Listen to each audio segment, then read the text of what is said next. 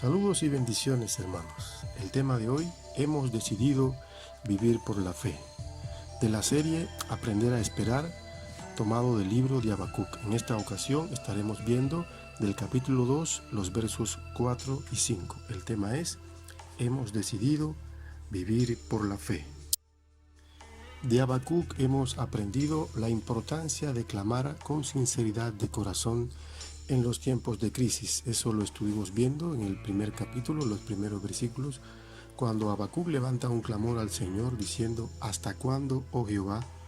Y él describe en esos versículos del primer capítulo, describe las condiciones de injusticia y decadencia espiritual de la nación en su momento. Así que de Habacuc aprendemos la importancia de clamar con sinceridad de corazón.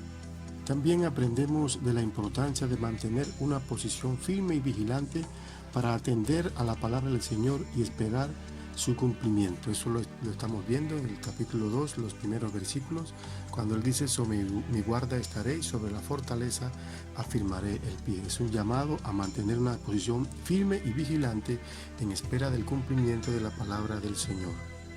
Es decir, esa espera que depositamos en el cumplimiento del Señor es una espera que hacemos sin importar el tiempo que demore por llegar el cumplimiento.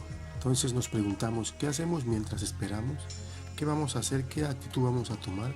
¿Cuáles son las decisiones que vamos a tomar? Entonces, esperar en el cumplimiento sin importar el tiempo nos plantea varias preguntas a las cuales debemos responder con la palabra del Señor.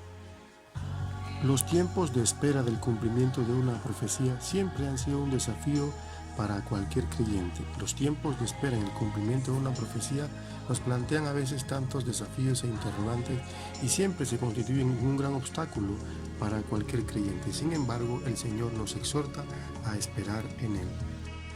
Por ejemplo, la profecía hecha a Abraham en relación a su descendencia en Egipto implicaba una espera de 400 años para luego ver cumplida la promesa de vivir en Canaán. En tiempos de la cautividad, la profecía de Jeremías decía que eran 70 años de espera. Así que tenemos dos modelos ahí de tiempos de espera. 400 años de Israel en Egipto y luego 70 años de Israel en Babilonia. Son dos modelos que nos enseñan la importancia de esperar en el Señor y en su palabra.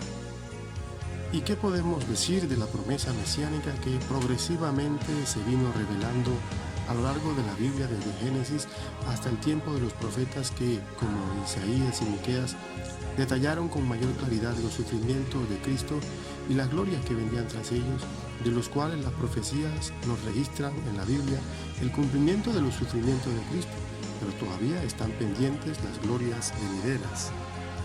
Hoy, al igual que con los creyentes de la antigüedad, nosotros esperamos el cumplimiento de la intervención de Dios en la historia de la humanidad por medio de la venida del Señor para restaurar todas las cosas y poder participar de un cielo nuevo y una nueva tierra en los cuales mora la justicia. Mientras eso llega, no dejan de manifestarse abiertamente la injusticia y la impiedad a niveles institucionalizados. El mundo de hoy, valiéndose de leyes nacionales y organismos con poder mundial, dictan normas de muerte e impiedad, como por ejemplo las leyes pro aborto y las leyes pro matrimonio entre parejas del mismo sexo. El mal parece estar avanzando a pasos agigantados y tememos por nuestros hijos, por el mundo con que tendrán que lidiar, las presiones a las cuales se verán sometidos, no tan solo por aspectos culturales degradantes, sino por factores legales que son contrarios a la justicia y santidad de la verdad que está en Cristo Jesús. ¿Cómo lo hicieron los antiguos? Porque no debemos pensar que somos la primera generación que enfrentó tales niveles de maldad, pero sí debemos vivir como si fuéramos la última generación de cristianos. Debemos vivir como la generación que ansiosamente espera la intervención directa de Dios en este desorden que es producto del pecado. ¿Qué principio podemos obtener de las experiencias de Habacuc en su momento? Como parte de la respuesta de Dios a la queja y clamor de Habacuc, el Señor le dijo, «He aquí que aquel cuya alma no es recta se enorgullece, mas el justo por su fe vivirá. Y también el que es dado al vino es traicionero, hombre soberbio, que no permanecerá. Ensanchó como el Seol su alma, y es como la muerte que no se saciará. Antes se reunió para sí todas las gentes, y juntó para sí todos los pueblos.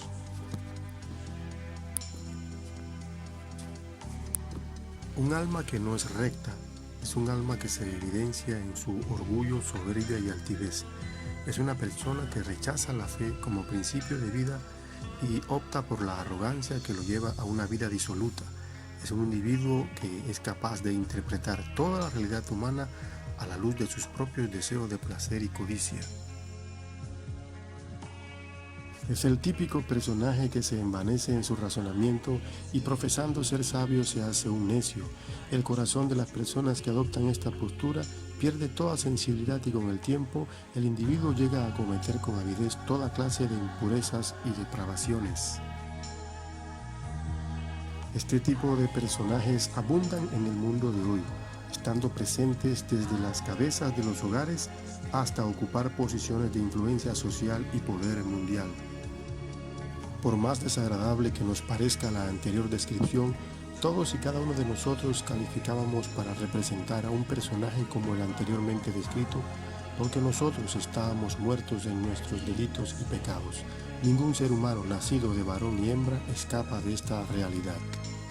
En contraposición a tal condición y conducta, el profeta en una sola frase nos declara la clave para una vida con sentido y propósito trascendente.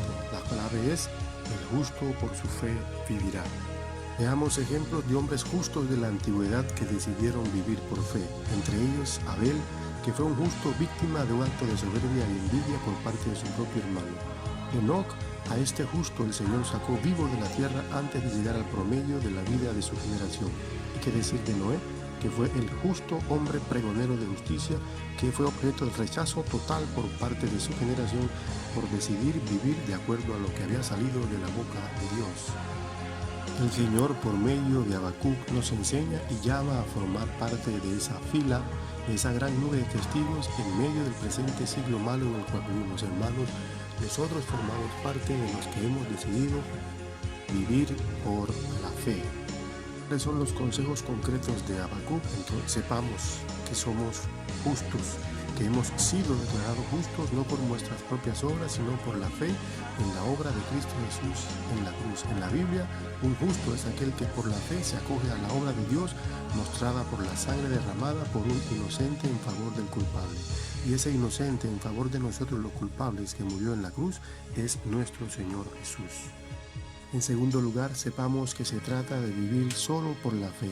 Fe es creer que la palabra dicha por Dios se cumplirá sin que siquiera tenga el Señor que estar presente físicamente para que ocurra. Fe es la facultad que recibimos de Dios para permanecer firmes en nuestra esperanza frente a cualquier poder terrenal, aun cuando nuestra fragilidad sea notoria y seamos objeto de burla de todos los hombres. Fe es creer lo que ha salido de la boca de Dios. En tercer lugar es saber que viviremos. Como la fe como principio de vida que regula la totalidad de la estructura de nuestro pensamiento, de nuestro sentimiento y de nuestras acciones, aprenderemos a vivir siendo luz, sal y luminares en este mundo.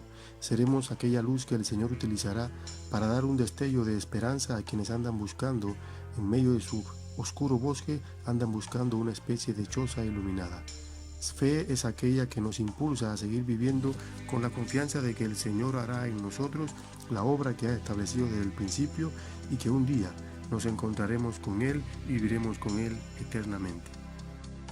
Cualquiera que se considere digno de muerte porque su vida no ha sido justa y recta, tiene la oportunidad de humillarse y arrepentirse ante el Señor. Sin embargo, si decide mantener una actitud de arrogancia y altivez, entonces sepa que lo que le espera es una horrenda expectación de juicio a causa de la dureza del corazón. Es mejor creer en el Señor Jesús para que nosotros todos podamos vivir por la fe. Que el Señor les bendiga.